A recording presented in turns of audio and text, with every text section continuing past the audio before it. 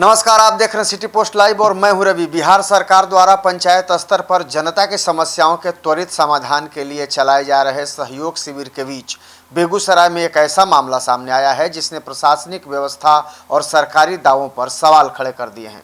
बीरपुर थाना क्षेत्र के गाड़ा चौक पर भाजपा के प्रदेश प्रवक्ता देवानंद कुशवाहा सड़क पर धरने पर बैठ गए। उन्होंने आरोप लगाया कि गांव के कुछ दबंग और असामाजिक तत्वों ने उनके घर जाने वाले रास्ते को अवरुद्ध कर दिया है और कई बार शिकायत करने के बावजूद प्रशासन कोई कार्रवाई नहीं कर रहा है।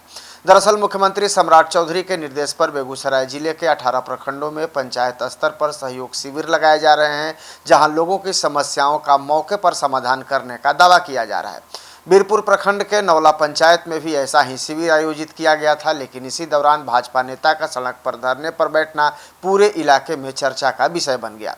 जब हमारी नहीं सुनी जा रही तो आम जनता की कौन सुनेगा। जी हां, ये कहना है बीजेपी के प्रवक्ता यानी कि उस नेता का। धरने पर बैठे भाजपा प्रदेश प्रवक्ता देवानंद कुशवाहा ने प्रशासन पर जमकर निशाना साधा। उन्होंने कहा कि जब उनकी ही सरकार में उनकी बात नहीं सुनी जा रही तो आम लोगों की स्थिति का अंदाजा लगाया जा सकता है।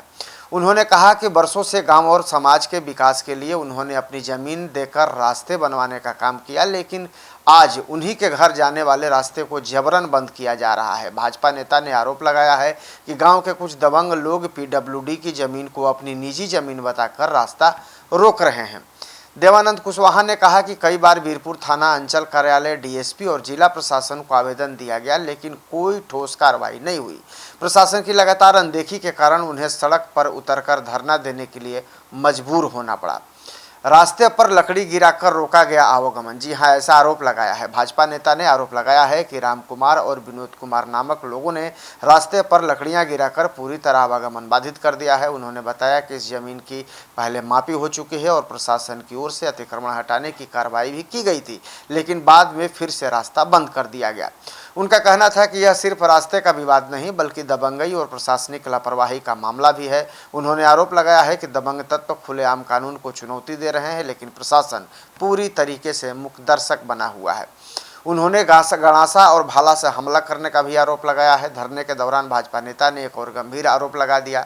उन्होंने दावा किया कि 2 दिन पहले स्थानीय निवासी रामविलास सिंह पर गणासा से हमला किया गया था, जिससे वह गंभीर रूप से घायल हो गए। इस मामले में भी पुलिस को आवेदन दिया गया, लेकिन अब तक किसी के खिलाफ कोई कार्रवाई नहीं की गई। उन्होंने कहा कि इलाके में भय का माहौल है और लोग दबंगों के डर से खुलकर सामने नहीं आ पा रहे हैं। भाजपा नेता ने यह भी कहा है कि यदि प्रशासन समय रहते कार्रवाई करता तो स्थिति इतनी गंभीर नहीं होती।